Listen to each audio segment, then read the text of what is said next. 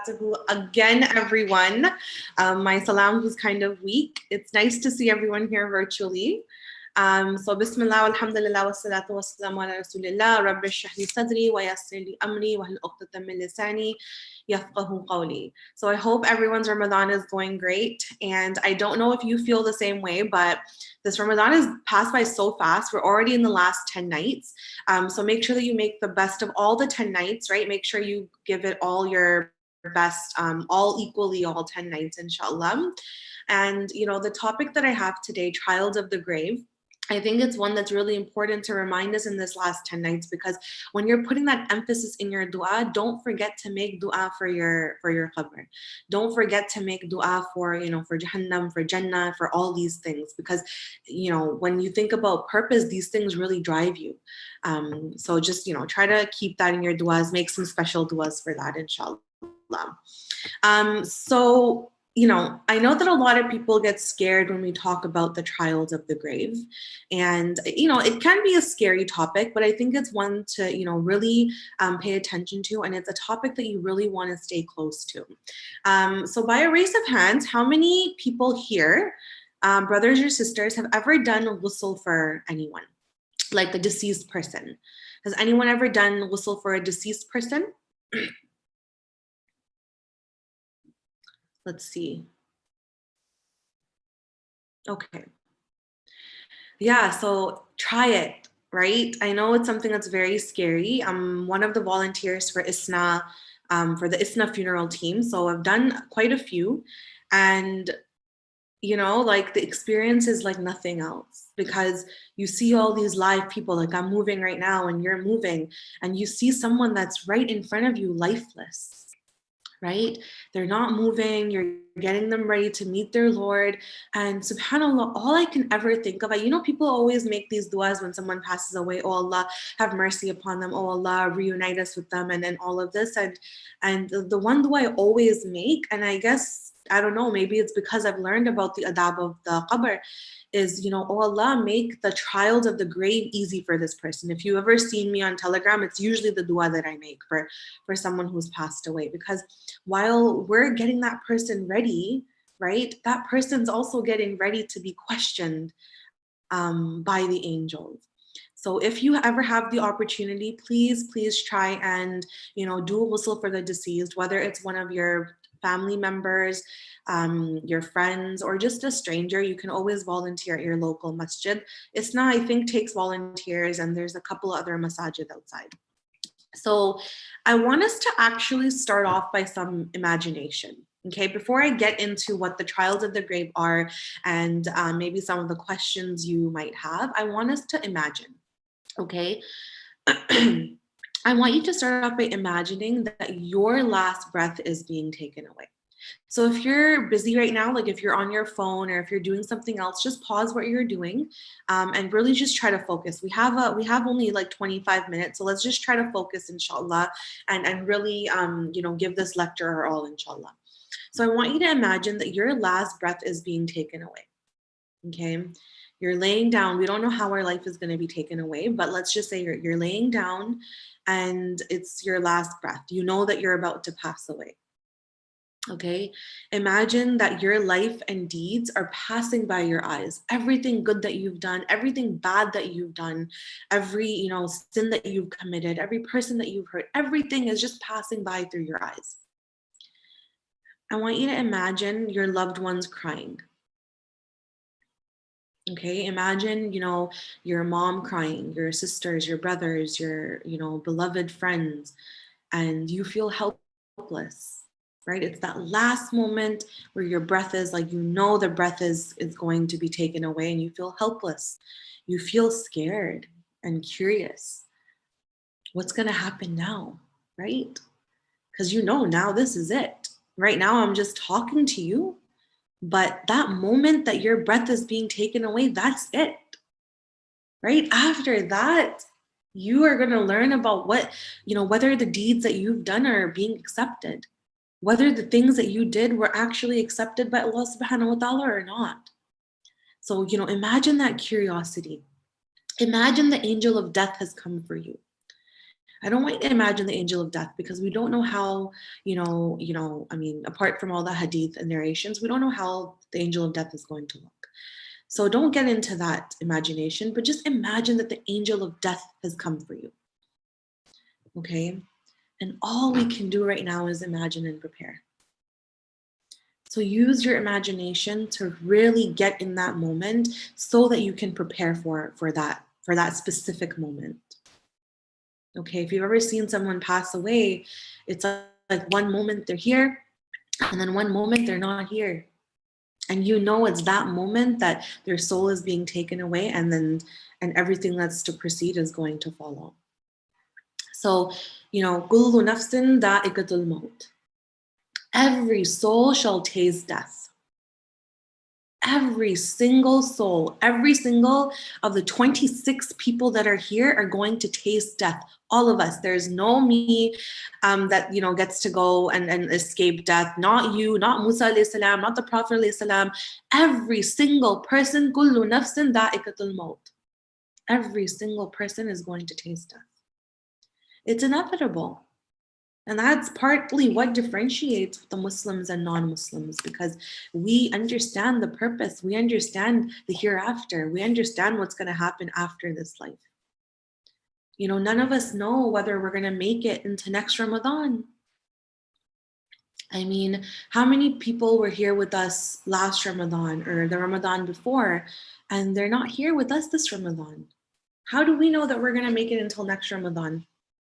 How do you know I'm going to be here being able to give a lecture next year? How do I know any of you are going to be here? There's so many sudden deaths. I don't know if it's just me, but this whole sudden deaths has really gone up in my circle. I've just been hearing about it so much.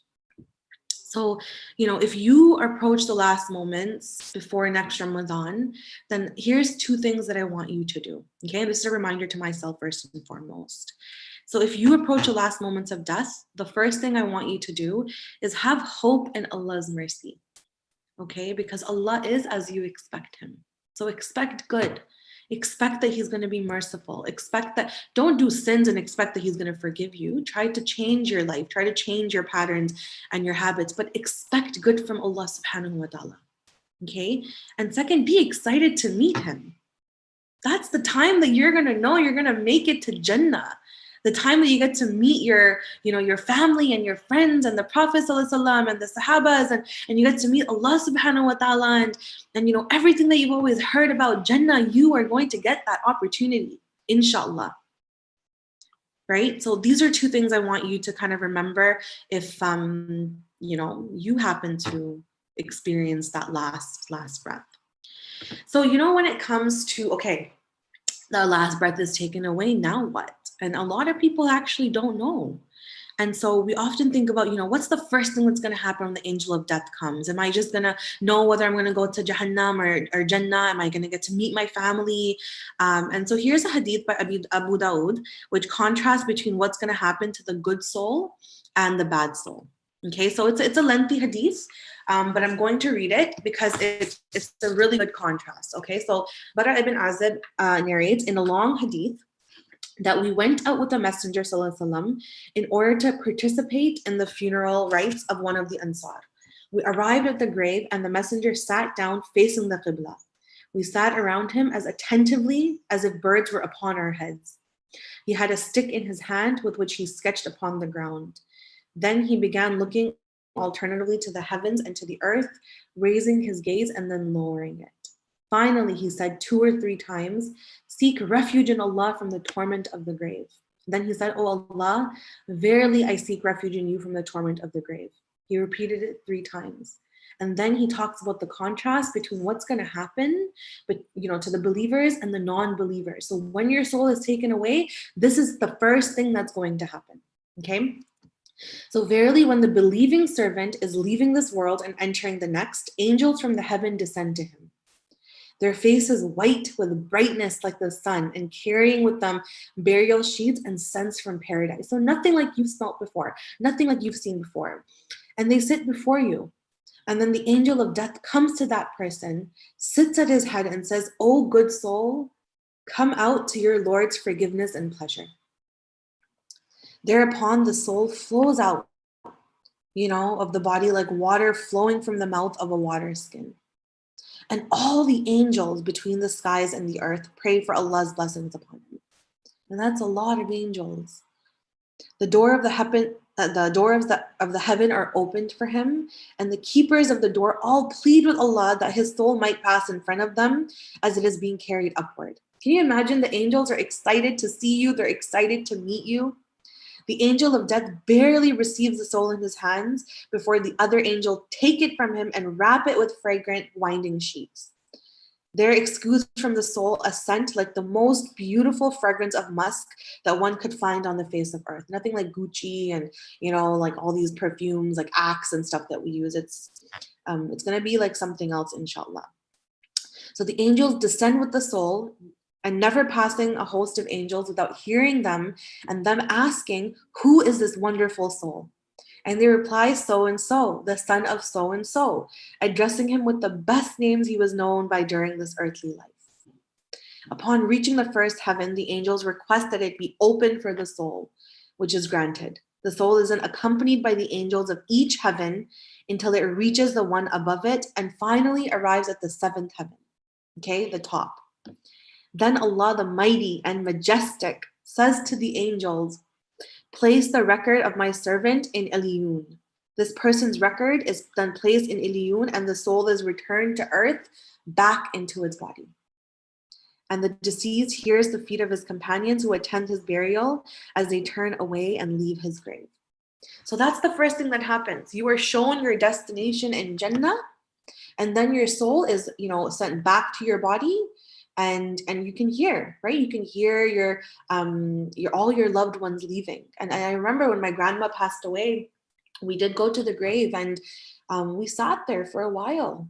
And I didn't want to leave because I knew that, I don't know what kind of pain they might be going through or agony, knowing that all their loved ones are leaving them. So that's if you're a good soul, right? If you've been good. And I don't want to go into defining good just to keep it kind of general, but there's a big contrast between what's going to happen to the good soul and the sinful servant. Okay, and this is where it gets really scary because we don't know what's going to happen. We can only expect good from Allah and do our best. So Allah's Messenger ﷺ continued, "When the sinful servant is about to leave the world and enter the next, angels, powerful and severe, descend to him from the heavens, their faces black and carrying with them the coarse strips of cloths of hell, cloths from Jahannam. Then the angel of death arrives, and sitting at the head of the sinner, he says, 'Oh foul soul.'" If there's 31 people here, let's pick a random name. So Sister Selma, for example, if I was to call her bad names, how would she feel? If I was to say, "Oh, Selma," like, and I don't want to say that because I don't want to attribute those kind of things to her, but how would you feel? And here's the angel saying, "Oh, foul soul, come out." If I said, "Oh, dirty brother, or dirty sister, come here," it wouldn't make you feel nice, right? So, "Oh, foul soul, come out to the anger and wrath of your Lord." The soul in the body is overcome by terrible fear, whereupon and he doesn't want to go because he knows this is not going to be good. Right? It's like when your mom says, "Maryam, come here," and you know that it's not going to be good, or "Kulsoom, come here." And so he doesn't want to get up.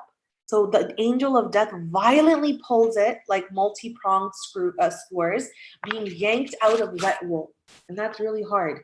Tearing with them the arteries and the nerves. And upon this, the soul is cursed by every single angel between the heaven and the earth.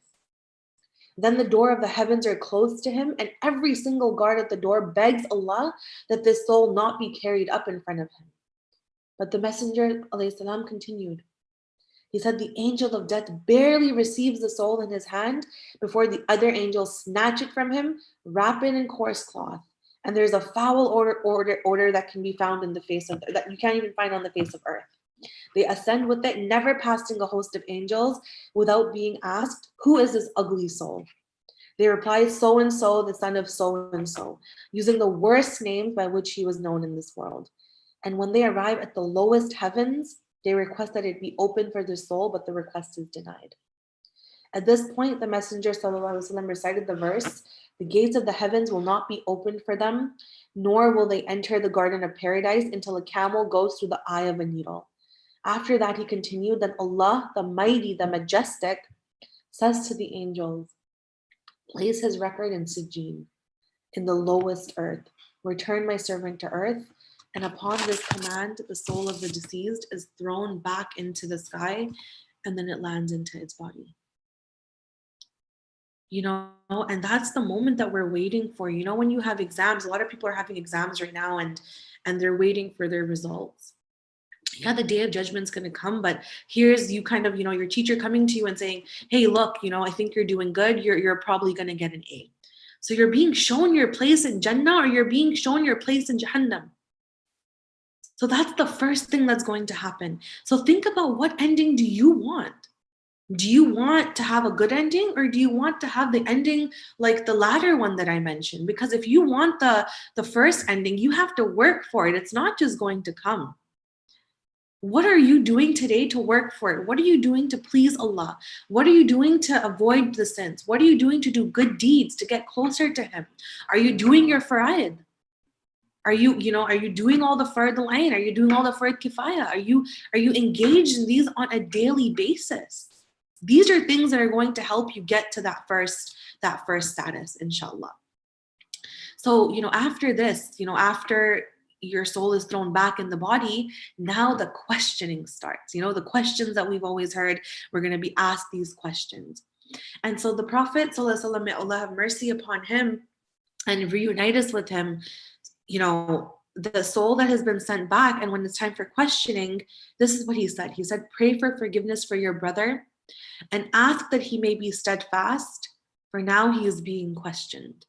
And I always wonder, whenever I go to the grave, I've been to my grandpa's and a few other people, and I always wonder, like, are they being questioned now, and what's happening? And all this curiosity strikes in you.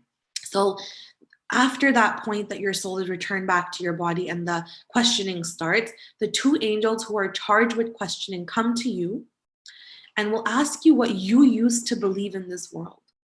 Okay? They're going to ask you, who was your Lord? What was your religion? What was your deen?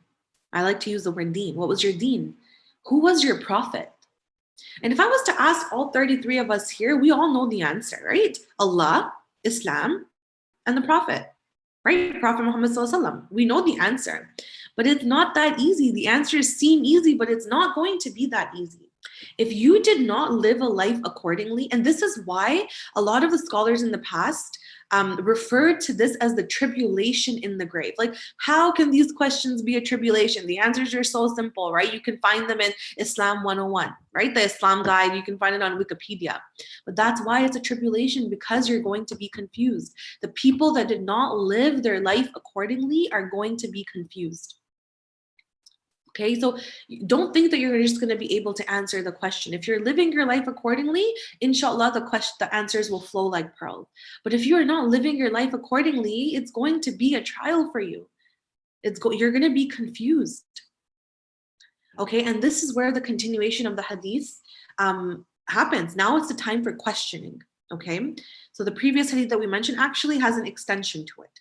So there come to him two angels who will make him sit up and say to him, "Who is your Lord?" He says, "Allah." So confused in what sense? Confused as in, if someone asks you right now, "Who is your Lord?" You say, "Allah," but you're not going to be able to answer. You're going to have so much anxiety, so much stress, so much, and that anxiety, that stress, that distress, that trial that you're going through is because you're able to, because you didn't live a life accordingly. You're not going to be able to speak exactly. So that's why the scholars in the past, may Allah have mercy upon them, call that the tribulation of the grave. So look at another contrast, okay? We're going to end off soon, inshallah. So there come to him two angels who make him sit up, and they say to him, "Who is your Lord?" He says, "Allah."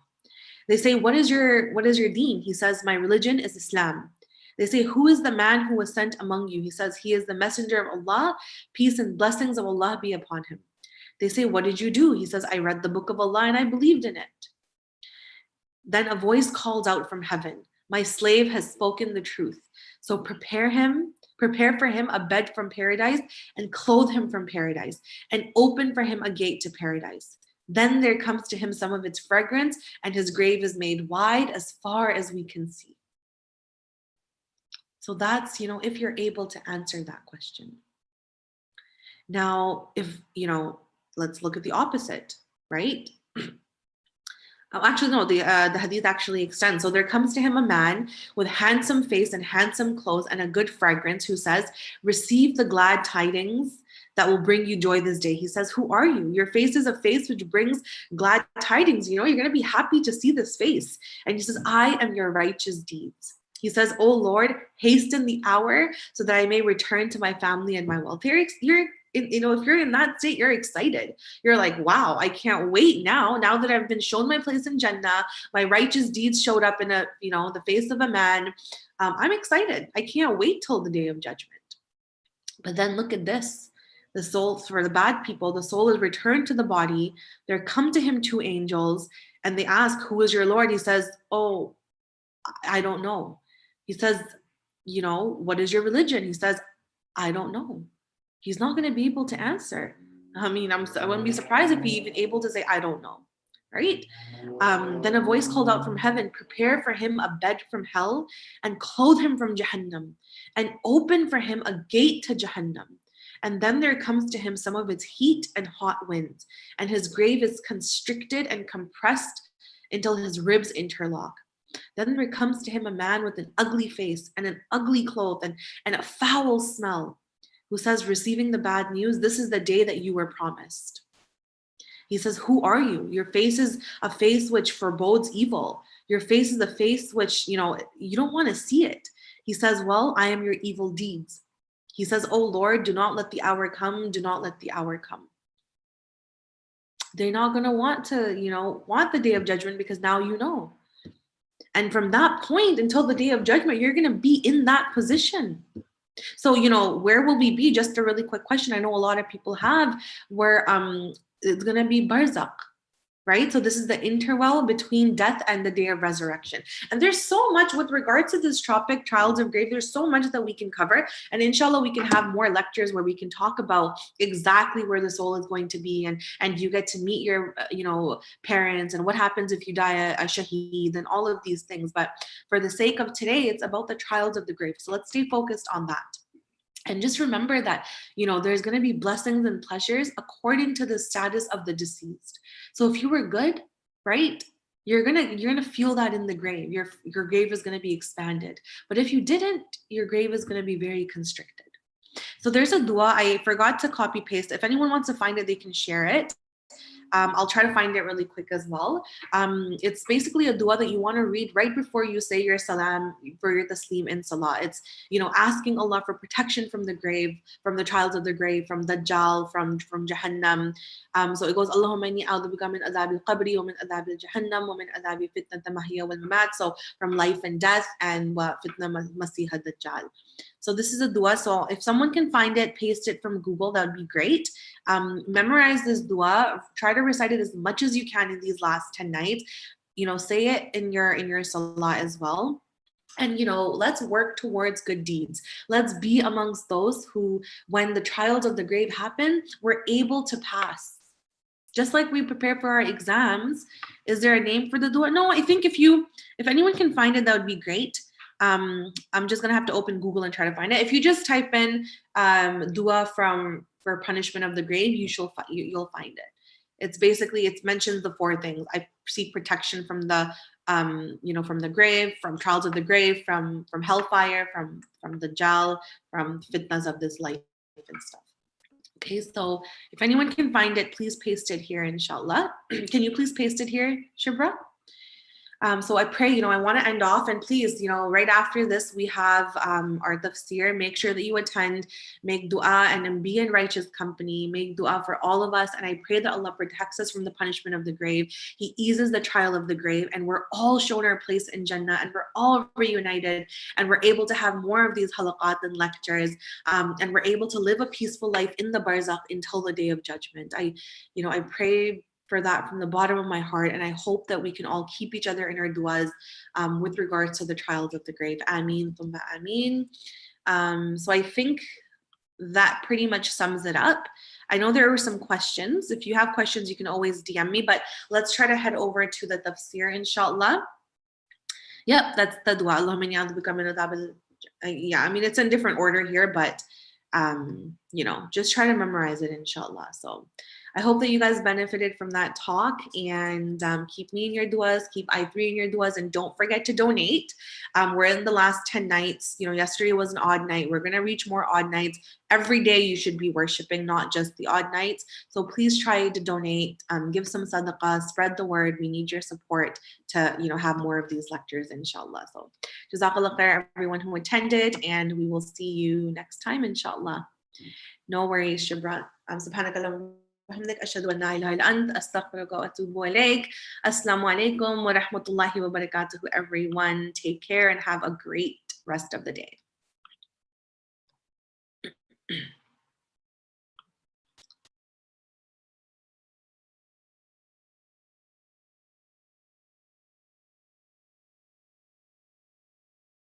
Jazakallah khairan kathiran, Sister Kulsoom.